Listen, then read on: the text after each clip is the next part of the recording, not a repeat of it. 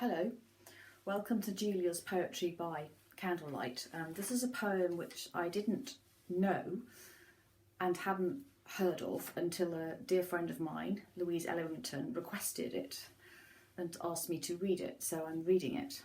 It's a beautiful poem and it's called A Noble Boy, and it's by a poet called Mary Dow Brine, who was sort of late Victorian poet, and it's sometimes miscalled Somebody's Mother. Okay. The woman was old and feeble and grey and bent with the chill of a winter's day. The street was wet with the recent snow, and the woman's feet were weary and slow. She stood at the crossing and waited long, alone, uncared for, amid the throng, down the street with laughter and shout, glad in the freedom of school let out. Came the boys like a flock of sheep, hailing the snow-piled white and deep.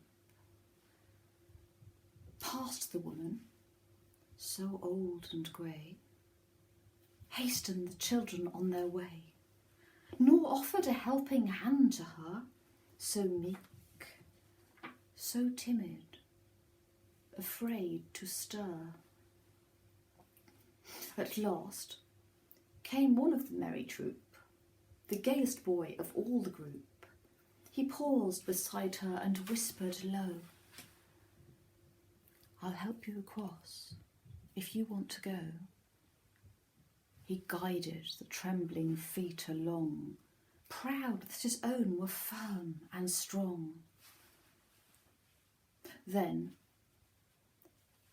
back again to his friends he went, his young heart happy and well content.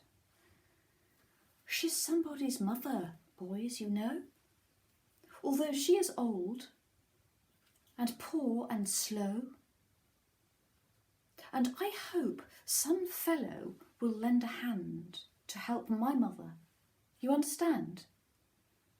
If e'er she be poor and old and grey, when her own dear boy is far away.